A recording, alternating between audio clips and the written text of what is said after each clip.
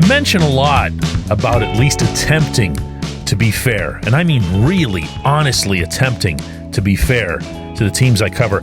I'm going to bring up a point here this morning that's probably not all that fair, but I'm going to bring it up anyway. Good morning to you. Good Wednesday morning. I'm Dejan Kovacevic of DK Pittsburgh Sports. This is Daily Shot of Pirates. It comes your way bright and early every weekday. If you're into football and or hockey, I also offer daily shots of Steelers and Penguins in the same place that you found this. Pirates 4, Rangers 0 last night in Arlington, Texas. Mitch Keller was just wonderful. I can't say enough for what we've seen out of Mitch now for the past 2 years and change. The way he's asserted himself, the way he's aced himself into one of the better starting pitchers across all of Major League Baseball. The way he's carried himself with class, even when the rest of the sport began, and not without cause, fawning all over Paul Skeens, and before that, Jared Jones. And there's Mitch just going about his work. Good for him. Good for him. Not what I'm talking about today. What I'm talking about instead, oh man, this makes me cringe even thinking that I'm going to share this thought with you. But when you see the lineup that Derek Shelton put together for this game last night, and you look at where the standings are, and you look at how many games are left on the schedule, you can't help but wonder if at some point or other, maybe even within a couple of weeks, all of baseball operations from Ben Cherington on down will say, maybe it's time that we start looking ahead to 2025. So they put a bunch of kids out there instead. So you don't see, for example, Alika Williams at second base. You don't see Michael A. Taylor in center field. All of this happened last night. You don't see Jared Triolo at third base. And I'm not even going to name potential replacements or whatever, just whoever. You know, that you would have somebody who's younger and offers more upside toward the future.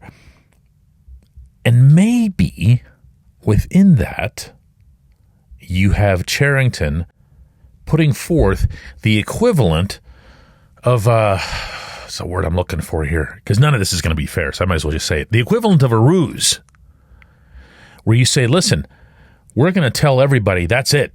You know, we gave it our best. We made 7 trades at the deadline. We did everything that we could do. We fought with our guys, blah, blah, blah, blah, blah.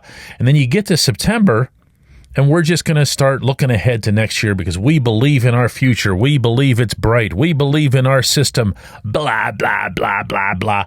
And you do this because in actuality, you've got a pretty good idea that your team's going to finish with a lousy record, possibly lousier than your 2023 record. You following me now here? Okay, all right.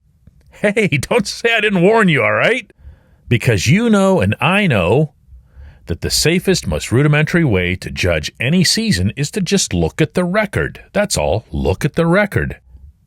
And if Cherington and all of his collared shirts are peeking ahead with their projections and saying, ooh, geez, yikes, really? That's where we're going to end up? Man, that's not going to make for a good narrative all winter long. Got to do something about that. We're not going to win more games, but maybe we can at least put forth that, yeah, we gave it our best, but then we let things go in September because we really wanted to get a good look at these kids. And that in turn buys another year, maybe not even just from outsiders like us, but maybe even from the 2 people over his head. Those, of course, being Travis Williams and then above him, Bob Nutting. And it gives them something that they can say. Yeah, the record doesn't mean much. Record doesn't really reflect who we were. If we would have kept playing those veteran guys, we would have ended up with a better record than we had in 2023. I feel like I just need to air this out before it happens, so it doesn't look like I'm coming at them with convenient hindsight. You know what I mean? Because that would be even less fair than what I'm saying right now. And I'm sorry. I don't trust what's happening in baseball operations. I don't trust the process of baseball operations, but more than anything else, I don't trust the extent to which they are captivated by their own process and how much they believe that if only they get themselves a few more years, you'll see this thing really, really take root. Not now, not anymore, not when you have Keller, Skeens, Jones, Brian Reynolds, O'Neill Cruz. When we come back, J1Q.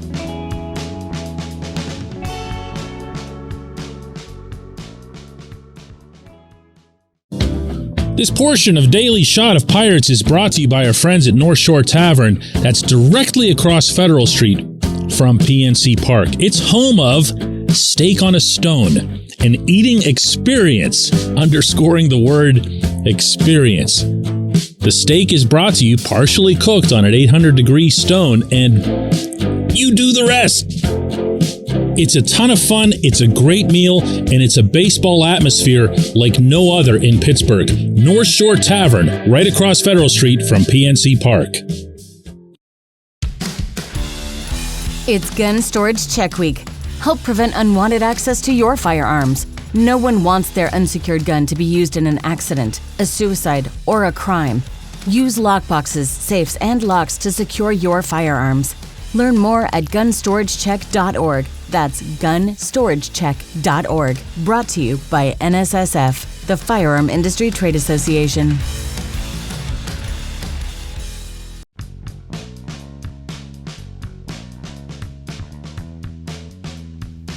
Today's J1Q, like a lot of the entries that were sent here over the past 24 hours, had to do with the opening segment yesterday that I offered up on O'Neill Cruz and the way I feel he's been mistreated by a portion of the fan base.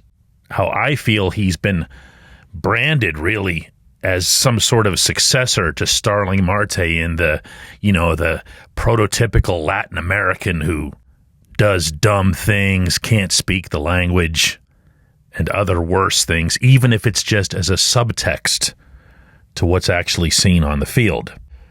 To which my man Wilbur wrote in, I was very glad for this episode by the Fangraphs version of wins above replacement, WAR. Cruz is easily the Pirates' best position player. But from a lot of the online blather, you'd think he was single-handedly keeping them from a 95-win season. And the Marte comparison is spot on. There were a lot that took issue with what I said, who felt that I shouldn't have injected anything into it other than what's there from the baseball perspective. Okay, I'll hear that. But I got to tell you, I'm way more in line with Wilbur here, because it's gone on way too long, all the way back to Roberto Clemente, and it persisted through Marte being, I feel, just totally underappreciated for his time in Pittsburgh and how he produced, and by the way, how he continued to produce elsewhere once he demanded a trade out of here. One thing I'll share with you here, inspired by Wilbur's note in particular, is that both Marte and Gregory Polanco confided in me years ago that they were uneasy about this, that they didn't like the way they felt they were characterized, not just on the outside, but even on the inside, by some inside the team when they were here. And I not only heard that, I felt that from them. So am I going to have my antenna up a little bit more than most when this sort of thing happens? Yeah, you bet. You bet. All Cruz did last night, by the way, was to go 2 for 3 with a walk, RBI, triple. And I'm going to confess to you that with the triple, I went and checked a couple corners of social media to see how everyone would respond to it. And sure enough, there it was. Well, if he'd have gotten out of the box harder, he would have had an inside-the-park home run. First of all, no, he wouldn't have. Secondly, as far as him getting out of the box, listen, I'm not one to make excuses for athletes, no matter their pedigree or background. But I do know that Cruz has been told, because of the ankle, because of the recurrence of the ankle, the other night at PNC Park to, use your head out there. So maybe he thought it was a flyout. Maybe he thought it was a home run. And you could suggest that he's wrong either way.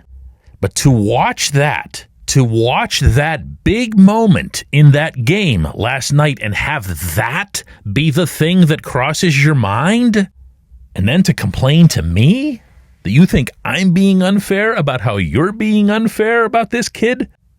Wilbur mentions it here, but Fangraphs really does list Cruz as the Pirates' best overall position player, better than Reynolds. But that's not the focus of conversation with him.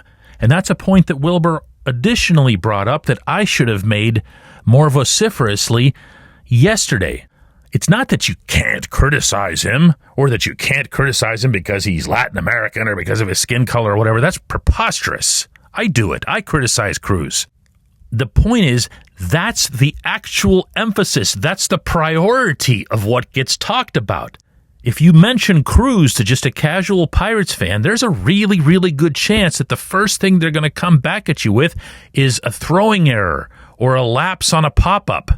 Or that in a game where he went 2 for 3 with a walk and an RBI and a triple, he didn't get out of the box super hard on the triple. That said, I do appreciate hearing from everybody on this subject. Open forum here, as always. And I appreciate everyone listening to Daily Shot of Pirates. We will do another one of these tomorrow.